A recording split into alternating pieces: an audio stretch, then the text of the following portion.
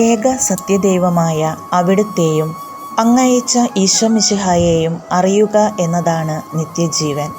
വിശുദ്ധ യോഹന്നാൻ എഴുതിയ സുവിശേഷം 17-ാം അധ്യായം 3-ാം വാക്യം. നമ്മുടെ ജീവിതത്തിൻ്റെ ലക്ഷ്യമെന്ന് പറയുന്നത് നിത്യജീവൻ നേടിയെടുക്കലാണ്. ഈശോയോടൊപ്പം എന്നും വസിക്കാനായിട്ടുള്ള ഭാഗ്യം നേടിയെടുക്കാനായിട്ട് ഒരേ ഒരു കാര്യം ചെയ്താൽ മതി: ദൈവത്തെ അറിയാനായി ശ്രമിക്കുക എന്നതാണ്.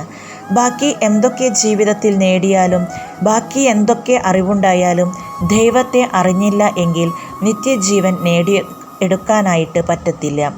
എപ്പോഴും ഭൗതികമായ അറിവുകൾ പരിശ്രമത്തിലൂടെ നേടിയെടുക്കാറുണ്ട്.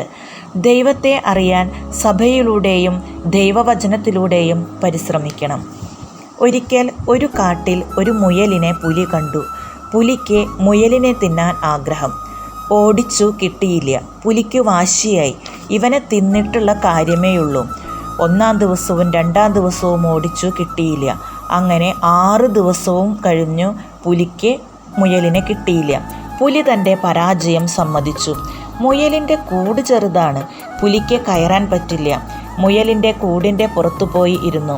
എന്നിട്ട് പുലി മുയലിനെ വിളിച്ചു ചോദിച്ചു, 6 ദിവസം നിന്നെ ഞാൻ ഓടിച്ചു കിട്ടിയില്ല. എന്ത് മാന്ത്രികതയാണ് നിനക്കുള്ളത്? മുയൽ പറഞ്ഞു, 6 അല്ല 60 ദിവസം ഓടിച്ചാലും എന്നെ കിട്ടില്ല. പുലി ചോദിച്ചു, എവിടെ നിന്നാണ് നിനക്ക് ഇത്ര ആത്മവിശ്വാസം വന്നത്? എന്താ ഇത്ര ശക്തമായി പറയാൻ കാരണം?